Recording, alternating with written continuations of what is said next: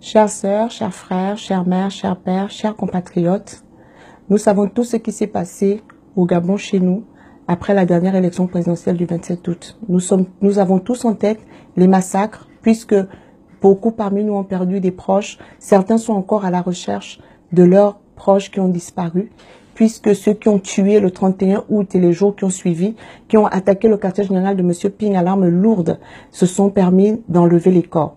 Ce sont eux qui sont allés saisir, soi-disant, la Cour pénale internationale. Mais la société civile gabonaise l'a aussi saisie. Et M. Jean Ping a aussi fourni un dossier à la Cour pénale internationale. Et elle vient pour enquêter. Elle n'est à la solde de personne.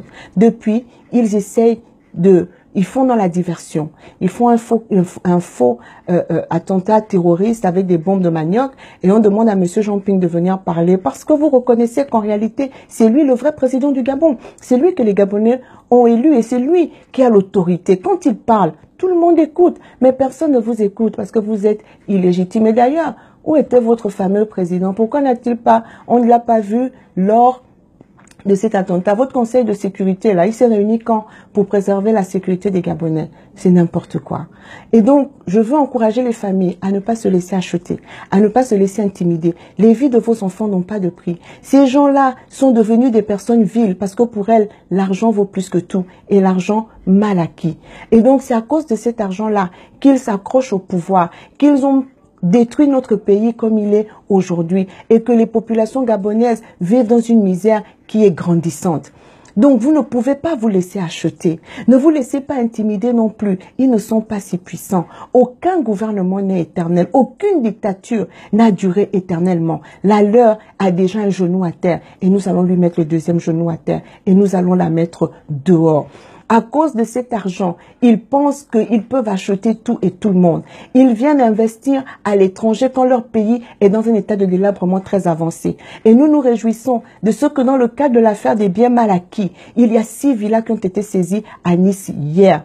Elles valent 5 milliards de francs CFA. Un hôtel particulier a été saisi à Paris.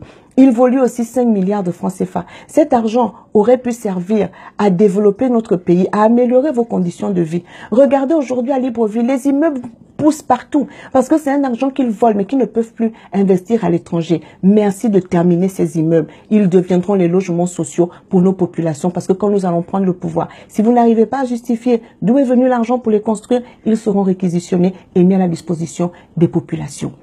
Vous continuez de voler et d'aller investir dans le monde entier. On sait, le monde entier sait que vous êtes des voleurs. Même la télévision canadienne a fait un reportage où on voit Marie-Madeleine Boranto, présidente de la Cour constitutionnelle, qui va investir au Canada avec de l'argent volé. Lin Mombo, Zéphirin Raïta, Joël Oguma, directeur général des impôts. J'invite le CGA Canada à déposer plainte pour abus de biens sociaux. Il faut qu'une affaire de biens mal acquis s'ouvre aussi au Canada. Vous menacez les familles de la diaspora. Vous menacez de vous en prendre à nos familles qui sont restées au Gabon. Alors que vous-même vous dites que c'est quelques individus incontrôlés. Donc, depuis quand des familles vont répondre d'individus adultes que vous dites vous-même incontrôlés? Vos menaces ne nous font absolument rien. Essayez de vous en prendre à nos familles. Vous avez déjà tué des Gabonais, donc plus rien ne nous surprendra.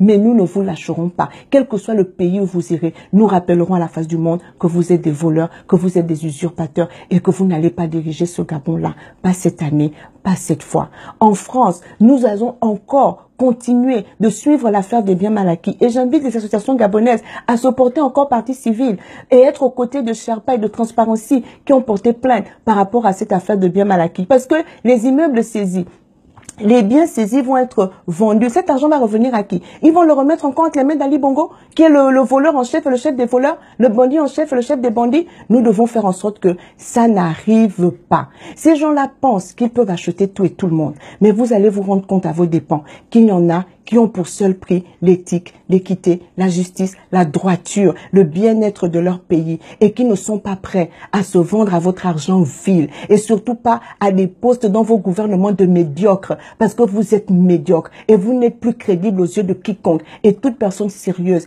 qui a un minimum de dignité ne saurait se joindre à vous. En tout cas, vous nous avez en face de vous et nous ne lâcherons absolument rien. Ali Bongo ne dirigera pas ce Gabon-là, pas ces Gabonais-là, pas cette fois. On ne lâche absolument rien. Mes frères et sœurs qui êtes restés au pays, tenez bon, continuez de résister. Nous allons faire partir ce pouvoir usurpateur et voleur. Je vous remercie.